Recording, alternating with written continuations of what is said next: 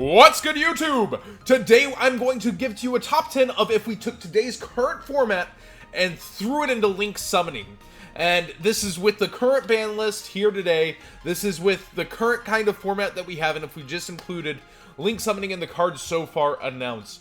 And we always start with our honorable mentions, and that is the Yoboobos. Yosenjus would actually be pretty decent, as they do not rely at all on the extra deck. They sometimes go into it, but they don't ever rely on it. Yosenju Kaiju would definitely be great at dealing with a lot of problem cards and being able to bounce their own Kaijus back and flood the field and get advantage.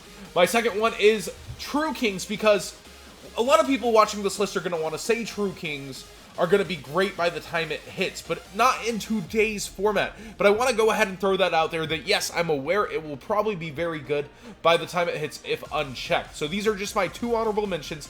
Let's get into the actual top 10. And my first in my top 10, number 10 here is, no joke, Chain Burn. People are going to be committing a lot more to the field. There's even an extra zone now. Man, Chain Strike and the Chain Burn decks are going to have a field day with that. Just Desserts can now do more damage overall. There's so many burn cards that just gain advantage, and it actually topped a regional in the current format. Glasgow Yu-Gi-Oh! Has that list up.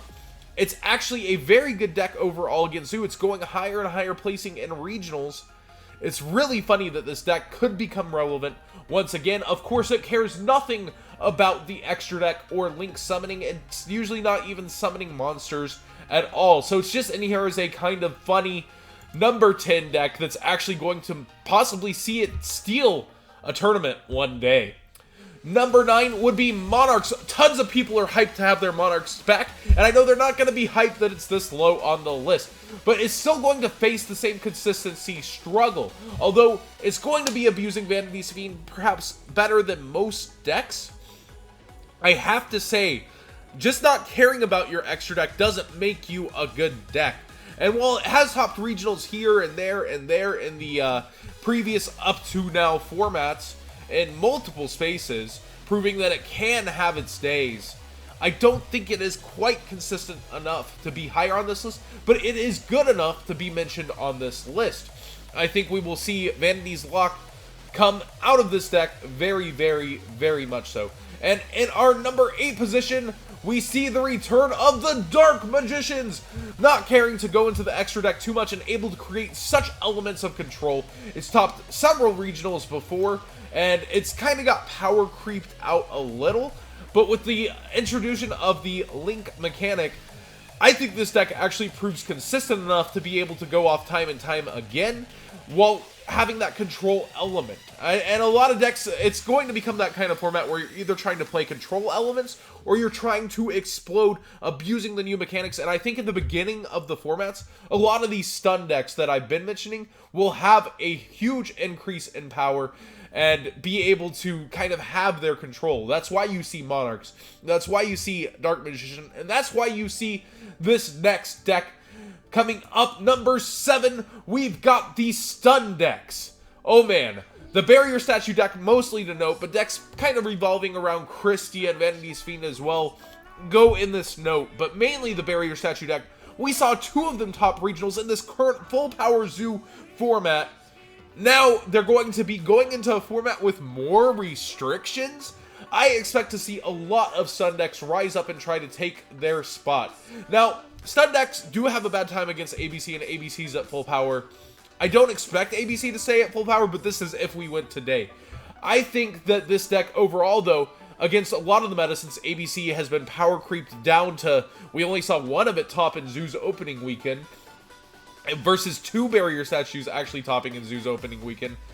I think that the Barrier Statue deck will be really the most controlled deck being played, and the rest of these decks are actually going to be quite explosive as we head into number 6 with the Cosmos. Cosmos have always had that element of being able to play on your opponent's turn, also exploding. There's already crazy Fire King combo, like Fire King Cosmo combos being pushed out into the meta. You are already having boards of like your new Link monster, a Cyber Dragon Infinity, and a Witch out on the field with just a couple of cards. I think just 2 cards to start. It is actually just insane the amount that the Cosmos can do. And they have those big untargetable ships to top it. The decks are going to have trouble dealing with things such as Dark Destroyer and Eclipser, and I don't think the deck's going to see another check before it comes out. But even if it were to go today, I think Cosmos would be highly represented, as they're already topping tons of regionals in the current format, and could almost care less sometimes about going into their extra deck depending on the build, such as Artifact Cosmo. But the Fire King Cosmo is actually able to continue and do their combos with their Link monsters, and they have plenty of extra deck space to do so. Now, in the number 5 position, I know you are tired of this deck, but Metalfoes, despite the Pendulum mechanic being checked and only being able to set 3 back row, Metalfoe and Metalfoe Zoo, I think, will continue just fine within the format.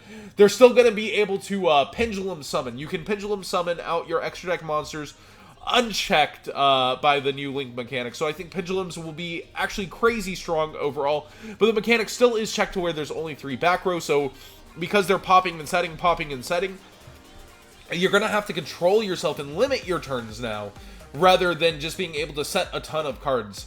But if we were to jump today and it was not banned, I would put it here at number 5.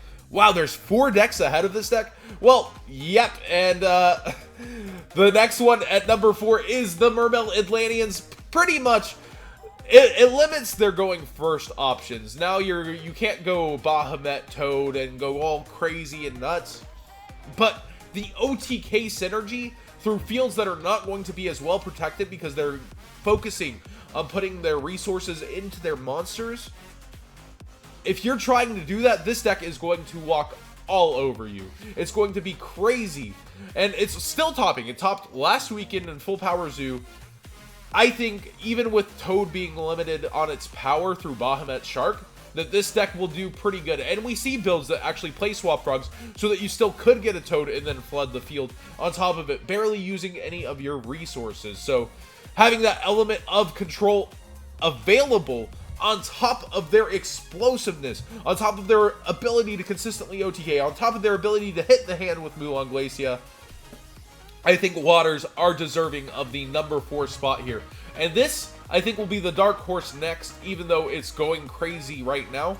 I think Lightsworn, once this hits, will be insane. The Twilight monsters are released. This has nothing to do with it. Brilliant Fusion is one of the most powerful cards, and out of the current meta, this is one of the only decks abusing Brilliant Fusion. Now, putting your Seraph Knight up there, you're actually able to use Seraph Knight for the Link summon, even if the zone is already taken. So, when you go Seraph Knight, do Trick Clown, you abuse both of your normal summons, flood the field with monsters, then use Seraph Knight and barely any of your resources to make your Link monster and be able to create your boards. It's going to be insane. On top of that, if you have access to Minerva, or if there's a reprint by then, your deck's even way more powerful. But you're trying to basically have access to Judgment Dragon as well, I think, in this format, which is insane considering how much it will blow up fields. Like, you already have consistent board wipes. You've got the Raigeki, you've got the Dark Holes, you've got the Kaiju Slumbers. But I think JD is a power force in this format to be reckoned with. But on top of that, I think that the Brilliant Engine will allow them to enable the Link monsters better than any deck up to date and put out more powerful fields than a lot. But the next one has already proven itself in a combo on the channel, but it's at number 2? Yes, this is my number 2 pick, the Zodiacs, the Pure and Kaijus and all those other versions. It's still going to be crazy consistent. It's going to be very good, and it's going to be able to do 1-card barrage into having your Mrs. Radiant, and having your Trident and Emerald, and being able to still do that all with 1 card and set your back rows is going to be insane, not relying on the Pendulum mechanic at all, just being able to do what it's currently doing. I think it's barely a check to the deck. Barely. Yes, the fields aren't as crazy, but you've still got your combo completely there, all with 1 card. I would think the deck's going to be checked by then. A little bit, but who knows? If I don't know if they're ever going to check Molmurat. They might start trying to check the extra deck and limit what it can do over and over, but hitting Molmurat kills the deck. So it should be interesting to see how they treat it moving forward, and if we will have a brand new game. But if we put the current format today, yes, this is at number 2. But our number 1, Link monsters don't have levels. Wow. Also, if you activate Void Imagination and put your Tiara out, guess who can use Tiara for their Link summon?